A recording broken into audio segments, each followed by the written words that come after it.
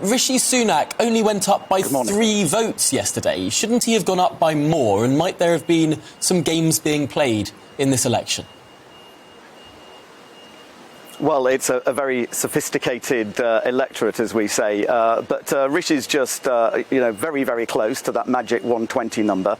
We're confident he'll get there, but we're not taking anything for granted, and we're fighting for every vote. In fact, I've just left a meeting where we've been discussing today, and we certainly hope that he'll get over the line today. But as I said, we're not taking anything for granted here. This is a very, very fierce competition.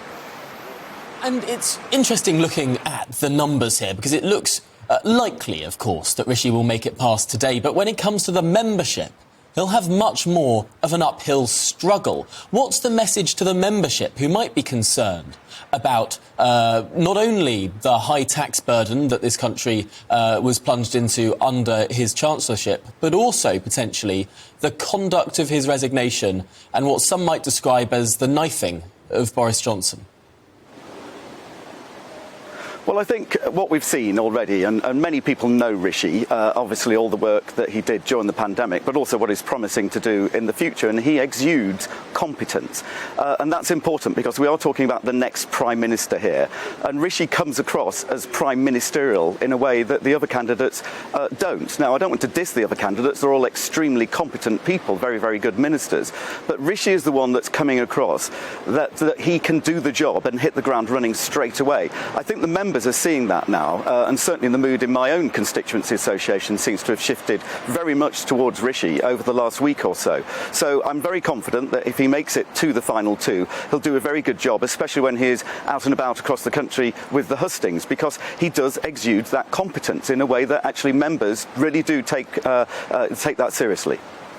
Yet we know that members will be voting pretty early in this race. The ballots will go out at the start of August, and potentially there won't be that much time to make that very case. And despite that case have being made over the last couple of weeks and 2 very good debate performances from Rishi Sunak, there does seem to be, amongst the Conservative Party membership, a reluctance to embrace him. They may well accept that he's a slick media performer, that he can speak very well on a debate stage. But fundamentally, when it comes to the issue of tax, of policy, they think that perhaps the country's been going in the wrong direction.